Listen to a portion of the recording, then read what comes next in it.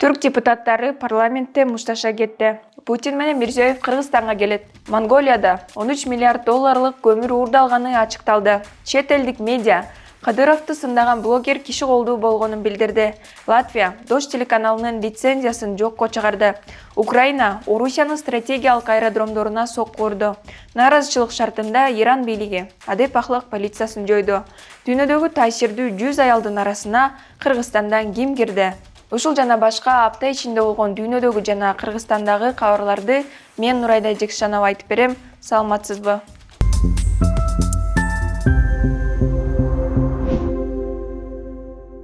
6 декабрда түрк депутаттары Түркиянын келерки жылынын бюджетинин долбоорун талкуулап жатып мушташа кетти. Алгач депутаттардын ортосунда ооз-эки айтышуу болуп, андан кийин чыр-чатак айланган. Жыйынтыгында Жакшы партиясынын мүчөлөрүнүн бири башынан жаракат алып, ооруканага жаткырылды. Жаңжалдан кийин жыйынга төрагалык кылган парламенттин вице-спикери Хайдар Акар жыйынды 10 мүнөткө токтотту. 9 декабрда Бишкекте президент Садыр Жапаровдун төрагалыгы менен Жогорку Евразиялык экономикалык кеңештин жыйыны өтөт. Ага ЭАЭПке мүчө мамлекеттер Армения, Белоруссия, Казакстан жана Орусиянын мамлекет башчылары келиши күтүлүүдө. Жыйында президенттер учурдагы экономикалык абалды, ошондой эле Евразиялык мекендиктеги интеграциянын актуалдуу маселелерин талкуулап, өтүп бараткан жылдын жыйынтыгын чыгарып, биримдиктин өнүгүү келечеги боюнча пикир алмашат. Кийинки күнү 10 декабрда Өзбекстандын президенти Шавкат Мирзиёев Кыргызстанга келет. Мамлекеттик сапардын алкагында эки тараптуу документтерге кол коюлат. Ошондой эле президенттер кыргыз-өзбек чек арасы боюнча ратификациялык грамоталарды алмашат деп күтүлүүдө. Өзбек лидеринин сапарынын алдында эки өлкөнүн ишкер чөйрөлөрүнүн ортосундагы байланышты чыңдоого багытталган кыргыз-өзбек бизнес форуму өткөрүлөт. Эсиңиздерде болсо, буга чейин Бишкектин 1-май райондук соту борбордук көчөлөрдө митингдерге чыгууга тыюу салган эле. Бул чектөөлөр 31 декабрга чейин узартылды. Айрым эксперттер бул тыюу салуулар Владимир Путиндин Бишкекке келишинен улам деп эсептешет. Саясат таануучу Турат Акимов Клоп басылмасына берген маегинде Арменияда өткөн ЖКК саммити учурунда Путинге каршы митингдерден улам болушу ыктымал деп айткан. Юрист жана укук коргоочу Нурбек Токтакунов да мындай байланышты четке каккан эмес. Евразиялык экономикалык кеңештин жыйынына байланыштуу Бишкекте 8-10 декабрь күндөрү айрым көчөлөрдө жол кыймылына чектөө киргизилет. Ошол күндөрү Манас аэропортунан баштап аларча мамлекеттик резиденциясына чейинки жолдор маал менен жабылып турат. Андан тышкары резиденциядан Дооронбек Садырбаев көчөсү менен Атабейт мемориалдык комплексине чейинки жолго да чектөө киргизилет. Монголиянын борбору Улан-Батордо 3 күн уда миңдеген адам катышкан нааразычылык акциялары өттү. 5 декабрда эшиктеги -20 градус суукка карабай, Сухе Батордун борбордук аянтына миңдеген адам митингге чыгып, өкмөт имаратына чабуул коюуга аракет кылды. Алар парламентти таратып, коррупцияга шектелген жогорку кызматтагы аткаминерлерди жоопко тартууну талап кылышты. Нааразычылыкка Кытайга экспорттоого пландалган 13 миллиардка чукул долларды түзгөн 6,5 миллион тонна көмүр уурдалып кеткени тууралуу журналисттик иликтөөлөр себеп болгон. Анткени көмүр Монголиянын бюджетинин эң ири киреше булагын түзөт. Эл аянтка барчу жолдорду бууп салууга аракет кылып, жаңы жылдык балатыны өрттөштү. Алар өкмөт үйүнө чабуул койгондо, кээ бирлери имаратка кирүүгө үлгүргөн, бирок милиция аларды тез эле кармап кеткен. Кармалгандар кийин бошотулду. Бийлик демонстрацияны күч менен таркатууну жарыялагандан кийин митингчилер өз ыктыярлары менен тарап атүгүл артынан таштандыларды жыйнап кетишкен. Мындан кийин өлкө парламенти түзүлгөн кырдаалды бийликке коюлуп жаткан талаптарды талкуулай турганын убада кылды. Ал эми экономикалык өнүктүрүү министрлиги Умнегов облусундагы Табан Толгой көмүр кенине ээлик кылган Эрденес Табан Толгой акционердик коомунун өкүлдөрүнө карата 10 кылмыш иши козголгонун билдирди. Бир катар эл аралык медиалар 1 декабрда чеченстандык блогер Тумсо Абдурахманов жана анын бир тууганы Мухаммед дайынсыз экенин кабарлап, кийинчерээк Тумсо киши колдуу болгонун жазышты. Абдурахмановду Швецияда 1 декабрга караган түнү атып кетишкенин алгач Бир адат Телеграм каналы жеке булактарына таянып жазган. Андан кийин мындай маалымат соц тармактарга желдей тарады. Швециянын полициясы блогердин өлүмүн расмий тастыктай элек. Европадагы Вейфон чечен укук коргоо уюму да Абдурахмановдун дайынсыз экенин айтууда. Тумсо Абдурахманов Абу Саддам Шишани Каймана аты менен белгилүү чечен блогери.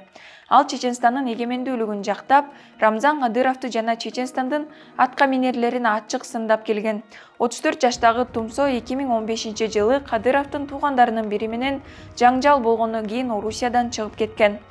Кийинчерээк Орусияда Тумсого каршы кылмыш иши козголуп, аны ислам терроризмин колдогон деген айып тагылган. 2019-жылдын март айында Чеченстандын парламентинин спикери Магомед Даудов Тумсо менен кандуу өч алуу жарыялаган. 2020-жылы Швецияда Тумсого кол салууга аракет жасалгандан кийин өлкө бийлиги ага башпайник берген. Кылмышкерлер орус жараны болуп чыккан. Сот аларды 12 жылга кескен. Кол салууга буйрук бергендер табылган эмес, бирок прокурор издер Грозныйга алып бараарын билдирген. Андан кийин Тумсонун бир тууганы Мухаммедке кол салуу аракети токтотулган. Мында да блогердин тууганынын өлтүрүү буйругун Рамзан Кадыровдун жакындары бергени айтылган. 6 декабрда Латвиянын улуттук электрондук медиа кеңеши орусиялык Дождь телеканалынын лицензиясын жокко чыгаруу чечимин кабыл алды. Эми бейшембиден тарта телеканалды Латвияда көрсөтүүгө тыюу салынып, каналдын YouTube'дагы көрсөтүүсүнө бөгөт коюлушу мүмкүн. Латвия бийлиги мындай чечим улуттук коопсуздукту эске алуу менен кабыл алынганын билдирүүдө. Дождь телеканалы бул айыптоолорду адилетсиз жана абсурд деп атады. Каналдын башкы редактору Тихон Дядько кайрылуу жасап, Латвия бийлиги чечим кабыл алууда аларга сөз бербегенин белгиледи. Ошондой эле ал учурда айрым күчтөр телеканалдын аброюн түшүргүсү келип жатканын айтты. Но мы не позволим разрушить репутацию телеканала «Дождь». Телеканал «Дождь» всегда выступает и будет выступать против незаконной аннексии Крыма, против вторжения Российской Федерации в Украину, всегда будет делать все возможное для того, чтобы правда об этом была донесена до как можно большего количества людей в Российской Федерации и за ее пределами. И этого я абсолютно убежден. Мы в этом убеждены, этого мы добьемся. Невзирая на сегодняшнее решение латвийского регулятора, мы продолжим профессионально работать, делая выводы из допущенных в эфире ошибок, как мы делали всегда, и без продиктованных политической конъюнктурой решений Совета по электронным медиа. Дядько телеканал ишин Латвияда болбосо башка жакта уланта турганын, бул багытта иш жүрүп жатканын кошумчалады. Буга чейин Дождьтун журналисти Алексей Коростылев эфирде сөзүнөн жаңылып, мобилизацияга тартылгандардын көйгөйүн алып чыгуу менен аларга аз да болсо жардам беришкенине үмүт артаарын айткан. Кийин анын сөзү желдей тарап, айрымдар Дождь орус армиясына жардам берет экен деп жалган маалымат тараткан. Окуядан кийин жетекчилик Коростылевду жумуштан алган. Журналист өзү анын сөзүн бурмалап жатышканын жана ал согушка каршы экенин билдирген. Бул окуядан кийин телеканал жайгашкан Латвияда Дождько карата административдик иш козголгон. Ага чейин телеканалга 2 мыйза бузганы үчүн 10 000 евро айып салынган. Эгер үчүнчүсү болсо, аталган кеңеш Дождьтун лицензиясын жокко чыгарышы мүмкүн экени эскертилген. 6 декабрда эртең менен Орусиянын Курск облусундагы аэродромго учкучсуз аппараттан сокку урулуп, мунай сактоочу резервуар күйүп кетти. Аймактын губернатору Роман Старовойт жабыркагандар жок экенин билдирди. Бул Орусияда акыркы 2 күндө 3-чү кол салуу болду. Бул Орусиядагы акыркы 2 күндөгү 3-чү кол салуу. 5 декабрда 2 учкучсуз аппарат Саратов жана Рязань облустарындагы стратегиялык аэродромдорго чабуул жасаган. Андан 3 орус аскери каза таап, 4-өө жаракат алган. Учактар зыян тарткан. Бирок аларды орус тарап атып түшүргөн. Орусиянын коргоо министрлиги буга Украинаны күнөөлөп, Киев орусиялык алыска учуучу учактарды иштен чыгаруу үчүн Рязань облусундагы Дягилево жана Саратовдагы Энгельс аскердик аэродромдорунда советтик өндүрүштөн чыккан реактивдүү учкучсуз учуучу аппараттар менен сокку урууга аракет кылды деп билдирген. Украинанын Сумы облусу менен чектешкен Курск аймагындагы аэродром аскердик жана жарандык учактарды тейлөөгө ылайыкташкан. Орусия Украинага басып киргенден бери анда жарандык учактар учуп конбой калган. 5 декабрда Орусия Украинага кайрадан жапырт ракеталык чабуул жасады. Украинанын бардык аймагында дүйшөмбү күнү түштөн кийин аба чабуулу тууралуу эскертүү жарыяланды. Кайрадан энергетикалык объектилер бутага алынып, бир катар аймактарда украиналыктар светсиз калды. Тургундар коопсуз жайларга качып, Киевде эл метродо баш калкалоодо. Жардыруулар Запорожье, Одесса, Винница, Житомир, Николаев, Львов жана башка облустарында катталды. Буга чейинки ири ракеталык чабуул Украинага 23 ноябрда жасалган. Андан бери элге жарык үзгүлтүк менен берилип жатат. 4 декабрда Ирандын баш прокурору Мухаммед Джафар Монтазери адепахлык полициясы жоюлганын жана мындан ары сот бийлигине эч кандай тиешеси жоктугун билдирди. Баш прокурор ошондой эле өлкө бийлиги аялдарды хиджаб кийүүгө милдеттендирген мыйзамды өзгөртүүнүн үстүндө иштеп жатышканын маалымдады. Ал парламентте сот органдары документти кайра карап жатышканын, 2 аптада жыйынтык болоорун билдирди. Бирок Ирандын журналисттери менен саясат талдоочулары, эгер бийлик чындап эле адап ахлак полицияны жоюуну чечсе, муну расмий жол жобосу менен жасамак. Жок дегенде, өкмөт өкүлдөрүнүн пресс-конференциясын бүтүндөй өлкөгө жарыялоо менен өткөрүшмөк дешет. Мындай болбогондуктан алар буга ишенбей турушат. Ал эми Ирандын айрым мамлекеттик маалымат каражаттары аталган полициянын жоюлушу тууралуу маалыматты дароо четке кагышкан. Учурда ирандыктар жана дүйнө коомчулугу Ирандын баш прокурорунун адеп ахлак полициясы жоюлгандыгы, ошентсе да жоолук салынууга көзөмөл кала берери тууралуу билдирүүсүн чечмелөөгө аракет кылууда. Иранда бийлик күч колдонуп, тыйып жатканына карабай, 2,5 айдан бери нааразычылык акциялары токтобой жатат. Жапырт нааразычылыкка хиджабты туура эмес кийгени үчүн адеп ахлак полициясы тарабынан камакка алынган 22 жаштагы Макса Амининин өлүмү себеп болгон. Демонстранттар кызды уруп сабоодон улам каза болгон десе, бийлик кыздын өлүмүнө инфаркт себеп болгон деп ишендирүүдө. Ирандыктардын укуктарын коргоо маалымат агенттиги курман болгондордун саны 500гө жакындаганын билдирди. Митингчилер диний негиздеги катаал чараларга каршы чыгып, өлкөнү башкаруу системасын референдум аркылуу өзгөртүүнү талап кылышууда. BBC 2022 жылга карата дүйнө жүзүндөгү таасирдүү жана шыктандыруучу 100 аялдын тизмесин жарыялады.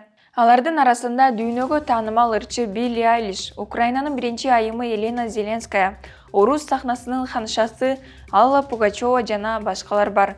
Ал эми таасирдүү 100 аялдын катарына Борбор Азиядан жалгыз кыргызстандык инженер Айнура Сагын кирди. Ал программалык камсыздоону иштеп чыгуучу жана Тазар стартапынын негиздөөчүсү.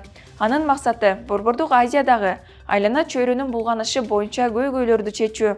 Айнура Сагын үзгүлтүксүз семинарларды өткөрүп, анда Кыргызстандын ар кайсы аймактарынан келген 2000ден ашуун окуучу кыздарга программалоонун негиздерин үйрөткөн. Бул жылы мурункулардан өзгөчөлөнүп тизимеге 2022 жылы адам укуктары үчүн күрөшкөн аялдар кирди. Алардын бири Оуганстандык журналист Захра Джоя. Мурун Оуганстанда талиптер бийликте турган кезде Захра Джоя мектепке баруу үчүн 6 жыл эркек баладай кийинип, Мухаммед болуп жүргөн. 2001 жылы АКШ баштаган коалициялык күчтөр талиптерди кулатканда кыз бетин ачып, Захра болуп мектепке бара баштаган. Ал 2011 жылы журналист, редакциядагы жалгыз аял кабарчы болуп иштеген. Журналист талиптер ташбаранга алып өлтүргөн 19 жаштагы кыздын атын алып, Оуганстандагы жалгыз феминисттик маалымат агенттиги болгон Рухшана медианы негиздеген. Джоя 2021 жылы Оуганстандан эвакуацияланган жана азыр өз агенттигин Британиядан башкарат. Бул жылы ал Билл Гейтс өзгөртүүлөр фондунун сыйлыгын жеңип алган. Мындан сырткары Иран, Кытай, Африка өлкөлөрүнөн айымдар да бар. Аларды тандап эле чектелип калбастан BBC алардын жашоосу жана окуялар тууралуу тасмаларды, очерктерди жана интервьюларды жаратат. Бул жумадагы маанилүү кабарлар ушулар болду. Апта аягына чейин көрүшкөнчө.